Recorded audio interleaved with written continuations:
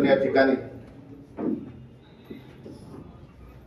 जय मल्हार क्रांती संघटनेच्या त्या कार्यक्रमाच्या निमित्तानं सर्वजण जमलेले सगळे पण समाज बांधव या ठिकाणी आहेत। या ठिकाणी जोरदार आपली घोषणा झाली का आपण थोडे जरी या ठिकाणी असलो तरी हा आवाज फलटण मधल्या ज्या ज्या कानाकोपऱ्यात आपला रामकृष्ण समाज आहे, जो गेल्या म्हणजे बाळांना असते किंवा ही सर्व वयोवृद्ध मंडळींनी जी लढा या ठिकाणी उभा केलाय आणि त्या ठिकाणी त्यांना अजून सुद्धा बऱ्यापैकी सहकार्य होत नाही तालुक्यात।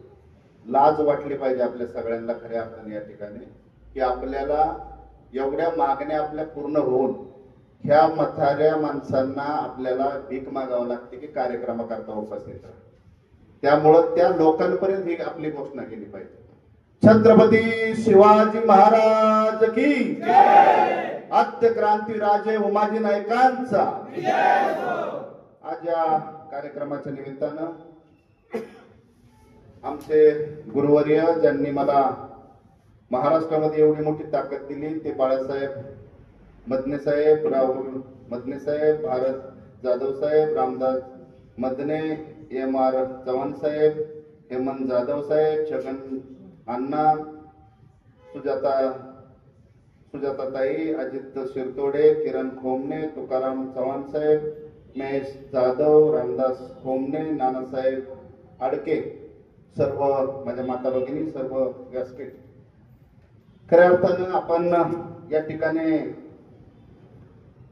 2000 मला वाटतंय याच्यामध्ये आपण 2014 बरोबर ना लोणंद या ठिकाणी आपण एक मीटिंग त्या ठिकाणी आयोजित केली संजय जाधवांनी आणि त्या ठिकाणी एकत्र आले आणि त्या ठिकाणी मला त्या ठिकाणी आमंत्रित केलं, एम.एम. मदन्यांना त्या ठिकाणी आमंत्रित केलं आणि हे सर्व आज अण्णा असतील किंवा सर्व या ठिकाणी जे ज्येष्ठ आहेत त्या स्टेजवर होते आणि त्या ठिकाणी मला माईक हातामध्ये घेऊन बोलायची सुद्धा माझी म्हणजे त्या ठिकाणी हिंमत होत नव्हती, कारण मी कधी बोललो नव्हतो।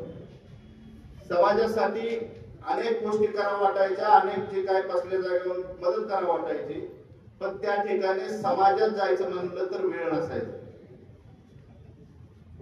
पण समाजामध्ये एकत्र समाज येतो म्हणून त्या ठिकाणी मी वय बनलो आणि त्या ठिकाणी मला कृती समितीचा अध्यक्ष केलं। सर्व संघटना एकत्र आल्या, आपण महाराष्ट्र पिंजून काढला, सर्व महाराष्ट्रावर प्रत्येक तालुका प्रत्येक जिल्हा आपण गेलो आणि त्या ठिकाणी अनेक मागण्यांच्या संदर्भात प्रत्येक ठिकाणी आपल्याला अडचणी आल्या।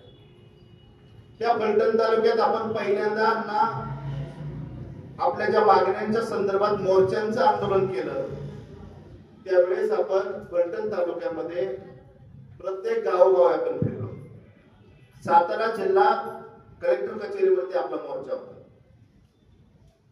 आणि अधिवेशनचा काळ होता। प्रत्येक गावामध्ये आपण गेलो की त्या ठिकाणी प्रत्येक व्यक्तीचं त्या ठिकाणी म्हणणं असायचं, आपले आमके नेते होते, आपले तमके नेते होते, ते आमच्या कालते, त्यांनी मोर्चाला मानलेलं तर त्यांनी काय केलं नाही, तुम्ही काय करणार आहे, समाजाचं वाटोळ झालं, की आपण सर्व त्या ठिकाणी गोष्टी ऐकून घ्यायचो आणि मी फक्त त्या ठिकाणी एकच सांगायचो की आपण अनेक नेत्यांना मदत केली, प्रत्येक नेत्याने आपलं घरदार सोडून आपल्याकरता पळालेला आहे, त्याचं त्या ठिकाणी त्याला रिझल्ट मिळाला नाही, कारण ते समाज त्यांच्या पाठीमागे उभा राहिला नाही।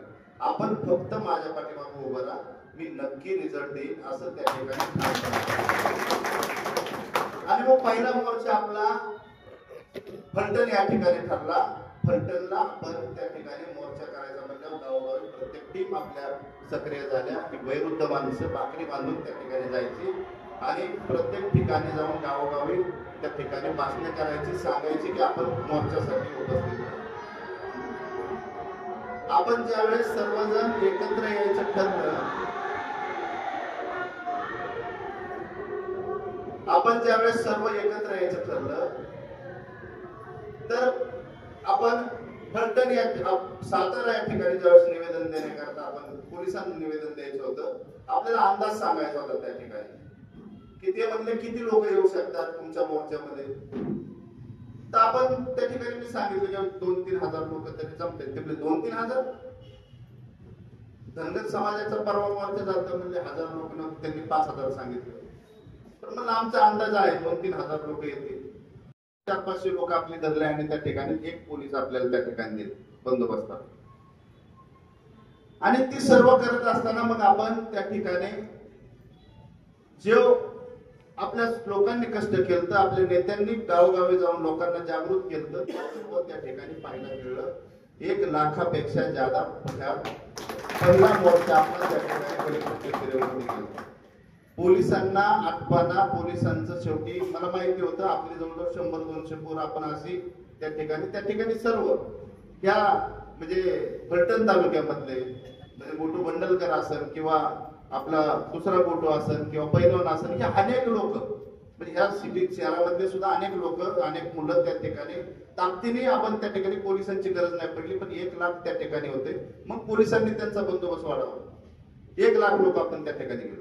आपल्या मागण्या त्यावेळेस काय होत्या की आद्य क्रांतीवीर राजे उमाजी नाईकांची सरकारी जयंती झाली पाहिजे. आपण जयंती साजरी करायचो पण दरोडेखोराची करायचो कारण शासनाच्या दरबारी दरोडेखोर म्हणून त्यांच्या यादीमध्ये नाव होतं उमाजी नाईकांचं. तर आपण त्या ठिकाणी आपली ती एक मागणी होती की आद्य क्रांतीवीर उमाजी नाईकांची जयंती साजरी व्हावी, सरकारी व्हावी, महाराष्ट्रात आणि याच्यात शासकीय निमशासकीय कार्यालयात त्यांचे फोटो लागावे, त्यांचं त्या ठिकाणी मंत्रालयात त्यांची जयंती साजरी व्हावी ही मागणी होती. दुसरी मागणी होती की 8वीच्या पुस्तकामध्ये अनेक लोकांचे त्या ठिकाणी अनेक महापुरुषांचे इतिहास आहेत. आमच्या उमाजी नाईकांचा इतिहास सुद्धा 8वीच्या पुस्तकामध्ये यावा. तिसरी मागणी होती आद्य क्रांतीवीर राजे उमाजी नाईकांचं जे तिकीट आहे जसं पोस्टचं तिकीट आहे ते तिकीट नॅशनल आणि इंटरनॅशनल मध्ये त्या राजाचं जावं आणि उमाजी नाईक पहिला क्रांतीवीर आहे असं त्या ठिकाणी संबोधण्यात यावं ही एक मागणी होती. चौथी मागणी होती आद्य क्रांतीवीर उमाजी नाईक असेल, बहिर्जी नाईक असेल, पेठर कटाप्पा असतील, सिंधूर लक्ष्मण असतील यांच्या आपल्या सर्व महापुरुषांची नावं कुठल्या ना कुठल्या टपरीला तरी सरकारी यावी. तर आपण त्याच्यामध्ये 5 कॉलेजला त्या ठिकाणी आपण नावांचं त्या ठिकाणी घोषणा केली होती. आज ती लागलेली आहेत 5 याला पण त्याच्यामध्ये ह्या मागण्या होत्या. आणि आपली सर्वात मोठी मागणी होती 7वी मागणी आपली आद्य क्रांतीवीर राजे उमाजी नाईकांच्या नावानं फिरलो होतो. माझ्या माता भगिनींची अवस्था पाहिली होती, माझ्या तरुणांची अवस्था पाहिली होती जे शिक्षणापासून काही तरुण वंचित आहेत, जे शिक्षण झाले पण त्यांना नोकऱ्या नाही आहेत, ज्या माता भगिनी रोज उठून दुसऱ्याच्या वांगला जाऊन काम करतात यांच्यासाठी आर्थिक विकास महामंडळ होणं गरजेचं होतं. या सर्व मागण्या म्हणजे एक जर आपली मागणी सोडली अगदी आरक्षणाची तेवढी मागणी जर सोडली तर सर्व मागण्या आज मितीला आपल्या पूर्ण झाल्या. आणि त्या सर्व मागण्यांचे जी आपण जी धन्यवाद मुख्यमंत्री सन्मान यात्रा जी काढलेली आहे त्या मुख्यमंत्री सन्मान यात्रेच्या रथावरती त्याचे GR आहेत, त्याचे मागण्या आहेत, त्याचं कुणाला प्रश्न असेल काय तर त्या ठिकाणी बघावं. त्या सर्व मागण्या केल्यानंतर आपण फक्त एकच या ठिकाणी मी हे केलं की आपण ह्या महाराष्ट्राचे मुख्यमंत्री देवेंद्र फडणवीस साहेब देवाभाऊ आपण ज्याला देवाभाऊ म्हणतो त्या देवाभाऊने आपल्याला एवढं काय दिलेलं आहे की आपण मातीमागच्या सरकारने फक्त मातीखाली गाडण्याचं आपल्या महापुरुषांना असेल किंवा समाजाला असेल गाडण्याचं काम केलं आणि ह्या देवाभाऊ ज्यावेळेस मुख्यमंत्री झाला त्यांनी उजाडात आणण्याचं काम केलं. याच्यामुळे ही सन्मान यात्रा आपली आहे. आपण धन दौलत काही देऊ शकत नाही. रामशंकर फक्त शब्द आहे, इमानदारी आहे आणि त्या इमानदारीच्या जोरावरती महाराष्ट्रामध्ये मी चाललेलो आहे आणि समाजाच्या जीवावरती चाललेला आहे. त्या समाजाने आजपर्यंत मला खूप ताकद दिलेली आहे आणि त्या ताकदीच्या जोरावरती आपण हे सर्व मागण्या पूर्ण करण्यात यशस्वी झाले.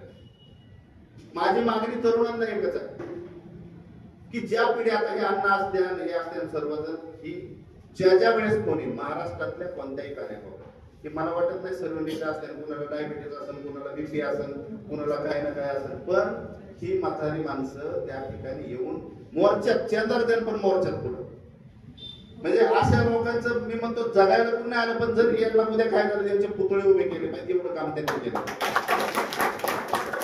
आणि ज्यांना आज ताकद आगामध्ये आहे, ज्यांना रोग राग काय नाही, वाढदिवस असला तर लगेच एंट्री 1000 पोरं बाकीच्या दुसऱ्याच्या वाढदिवसाला. आणि जातीच्या याच्यामध्ये जातीला गरज आहे तुमची तरुणांच्या.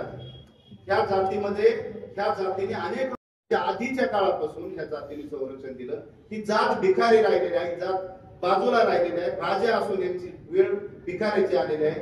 त्या तरुणांच्या अंगावरती एवढं मास आहे म्हणजे रामोशी समाजातला तरुण जर पाहिला तर दुसरी 10 आणि रामोशातला 1 एवढी मोठी ताकद आपल्या काय, पण आपली ताकद आपल्या समाजाकरता कधी यूज केलेली नाही. कुणी सांगावं, दाखवून द्यावं मला कुणी का आपल्या समाजाकरता काय. एखाद्या आमदाराचा वाढदिवस असेल तर इकडून 100 गाड्या करणार, तिकडे गेला की आमदार स्टेजवर येऊन देणार, लगेच एंट्री करणार, खांद्यावर बसणार की चाललं वाजवे. अरे काय हे करायचं, काय करायचं. त्या गोष्टी थांबल्या पाहिजे. आपल्या समाजाकरता ही महामंडळ झालेलं आहे. उद्या माझ्या नावाने कुणी बोंबलं नाही पाहिजे. तुमच्या ताटामध्ये आता वाटून ठेवलेलं आहे. तुम्हाला तुमचे कळलं पाहिजे तुम्हाला की आम्हाला काय करायचं. या ठिकाणी तरुण मंडळी आहेत ज्यांनी उद्या जरी प्रकरण केली 15 लाखाची, 10 लाखाची, 5 लाखाची, 2 लाखाची, तुमच्या पायावरती तुम्ही उभं राहू शकता. माझ्या माता भगिनी ज्यांना त्या ठिकाणी काहीच होत नाही, पण त्या ठिकाणी दुसऱ्याच्या बांधाला जातात ते, त्यांना 2-2 लाख रुपये त्या ठिकाणी जर उद्या मिळलं तर त्या स्वतःच्या नाही काय म्हणलं तर 20 शेळ्या घेऊन त्या ठिकाणी त्यांचं एक परिवार चालवण्यापुरतं त्या ठिकाणी बिझनेस उभा करू शकतात. मी देवाभाऊ समोर एक मागणी आपण त्या ठिकाणी मांडलेली आहे की येणाऱ्या पुढच्या 325 आपल्या 35 ना 335 जे 235 जे आपल्या यांचा जे जयंतीचा कार्यक्रम आपला होणार आहे त्या ठिकाणी किमान महाराष्ट्रातून त्या सभेसाठी, भाऊंच्या सभेसाठी 10,000 आपले युवक उद्योगपती झाले पाहिजे आपण त्या ठिकाणी. आणि हे आता घडलेलं आहे, आपण आणलेलं आहे, आपण केलेलं आहे. आता फक्त त्याच्यामध्ये आपल्याला रुजू व्हायचंय, आपल्याला त्याच्यामध्ये पळायचंय. आपल्याला ज्याला जातीचा दाखला आहे त्यांना त्याचं मानधन कसं मिळेल, ते महामंडळाचा कसा फायदा होईल ते पाहायचंय. कुणाला आपल्याला त्या ठिकाणी कुणाला जातीचा दाखला नसेल तर तो जातीचा दाखला कसा मिळवायचा, याच्याकरता कॅम्प लावायचं पाहिजे. या सर्व गोष्टी आपल्याला ही तरुणांचं काम आहे. हे सर्व जे मी काम सांगतो हे तरुणांनी आपल्या घरातल्या व्यक्तीला विचारलं पाहिजे आपल्याला जातीचा दाखला आहे.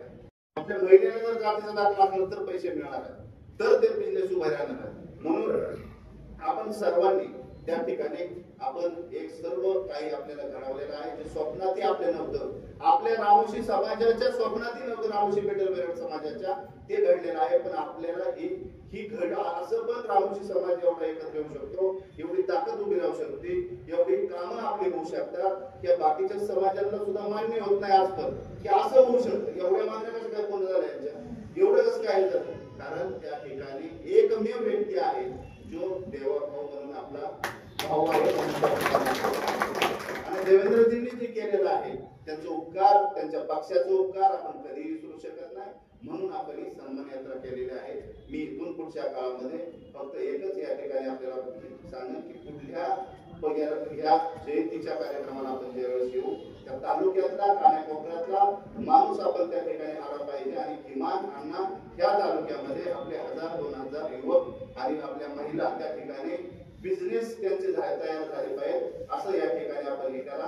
मी खरंच अण्णा आपल्याला हे जे सगळे तुम्ही आपण ज्येष्ठ सगळे या ठिकाणी आहेत आपले मनापासून मी धन्यवाद देतो की आपल्या सर्वांच्या ताकदीने मी खऱ्या अर्थाने या ठिकाणी मेजरने सांगितलं की नानाने अनेक करोड रुपये या ठिकाणी घालवले. त्या मंदिराच्या याच्यामध्ये आहे. मी आजपर्यंत 2014ला मी या संघटनेत आलो, आजपर्यंत 22-23 कोटी रुपये मी घालवले. पण माझ्या कोणत्या नेत्याने एक नेत्याने सांगावं की नानांनी 1 रुपया त्यांना कधी सांगितलं की तुम्ही वर्गणी करा, तुम्ही काम करा, तुम्ही हे करा, एकही कुणाला भीक मागून दिलं नाही. जे जे कार्यक्रम केले, जे जे हे केलं ते त्या ठिकाणी आपण माझ्या स्वतःच्या हिमतीवरती मी केलं.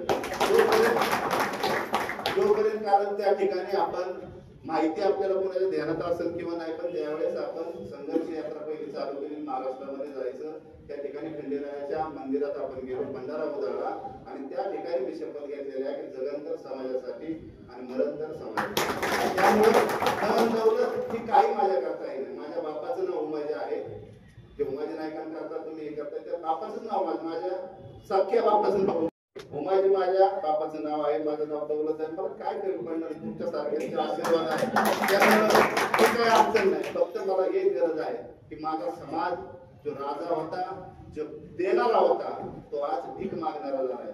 फक्त परत एकदा देणारा व्हा आणि जो आपल्या समाजाचं नाव उज्ज्वल करा, आपल्या राजाचं नाव उज्ज्वल करा. या ठिकाणी मी आपल्याला आवाहन करतो. थांबतो. जय मल्हार, जय वाणी.